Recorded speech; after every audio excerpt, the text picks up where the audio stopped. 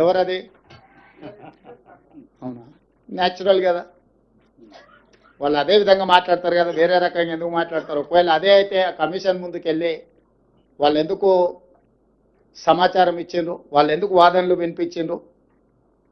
తమకు అనుకూలంగా ఉంటే ఒక రకంగా, తమ తప్పులను ప్రశ్నిస్తే ఇంకొక రకంగా మాట్లాడడం అనేది మొదటి నుంచి వాళ్ళకున్న అలవాటు. ఈరోజు మేము కమిషన్ని వాళ్ళు తప్పుపడుతుండ్రు. ఇంతకుముందు బట్టి విక్రమార్క గారు స్పష్టంగా చెప్పారు, ఇది ఒక రాజకీయ పార్టీ నివేదికను, రాష్ట్ర ప్రభుత్వ నివేదిక కాదు, independent judicial enquiry report headed by Pinaki Chandra Ghosh, eminent personality. He headed as a Supreme Court judge, Lokpal chairperson. ఇలాంటి ప్రధానమైన బాధ్యతలు నిర్వహించిన వ్యక్తి 16 నెలలు అందరికి అవకాశం ఇచ్చి వాళ్ళు చెప్పుకోవడానికి అందరికీ సమానమైన అవకాశాలు కల్పించి ఈరోజు నివేదిక ఇచ్చిండు. కాబట్టి ఆ నివేదిక మీద ఇంకా ఎవరు ఏ రకంగా మాట్లాడతారు, ఏ రకంగా విశ్లేషణ ఇస్తారు అనేది వాళ్ళ విజ్ఞతకే నేను వదిలేస్తున్నా.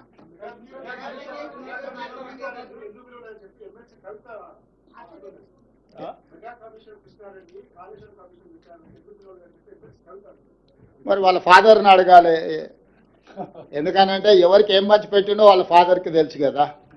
లేకపోతే వారే వెళ్ళి ఘోష్ గారికి నివేదిక ఇచ్చేది ఉండే, ఇంకో ఇందులో మా ఫాదర్తో వీళ్ళందరూ కుమ్ముక్కై ఉన్నారు, మా బావ హరీష్ రావు గారు వీళ్ళతో కమిషన్లు పొందిండు, వీళ్ళందరూ తోడు దొంగలు గూడు పుటాన్ని చేసిందని కవిత గారు ఘోష్ కమిటీకి ఒక కంప్లైంట్ ఇచ్చిన ఉంటే ఖచ్చితంగా పిలిచి ఉండేవాళ్ళు. ఇప్పుడు కమిషన్ నివేదిక ఇచ్చిన తర్వాత ఎవరిని ప్రశ్నిస్తుంది? ఒకవేళ ఘోష్ గారిని ప్రశ్నించాలంటే వారు కలకత్తాలో ఉంటారు, కవిత గారు కలకత్తాకి వెళ్ళి ప్రశ్నలు వేయవచ్చు.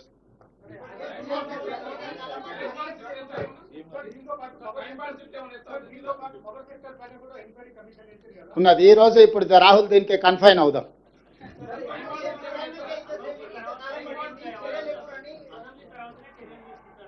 అసెంబ్లీలో చర్చలు చేసిన తర్వాత చర్చల సారాంశం ప్రకారం భవిష్యత్ కార్యాచరణ ఉంటుంది.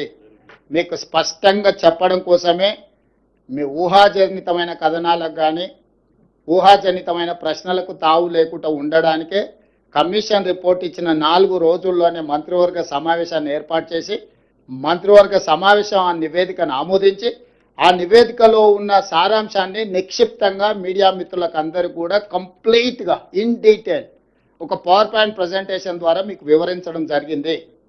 దీంట్లో ఎలాంటి శశబిషలకు తావు లేదు. నివేదిక సారాంశాన్ని సూచనల్ని తప్పకుండా ఈ ప్రభుత్వం పాటిస్తుంది. దానికి ఒక అప్రోప్రియేట్ సిస్టమ్ని అడాప్ట్ చేసుకోదలుచుకున్నాం.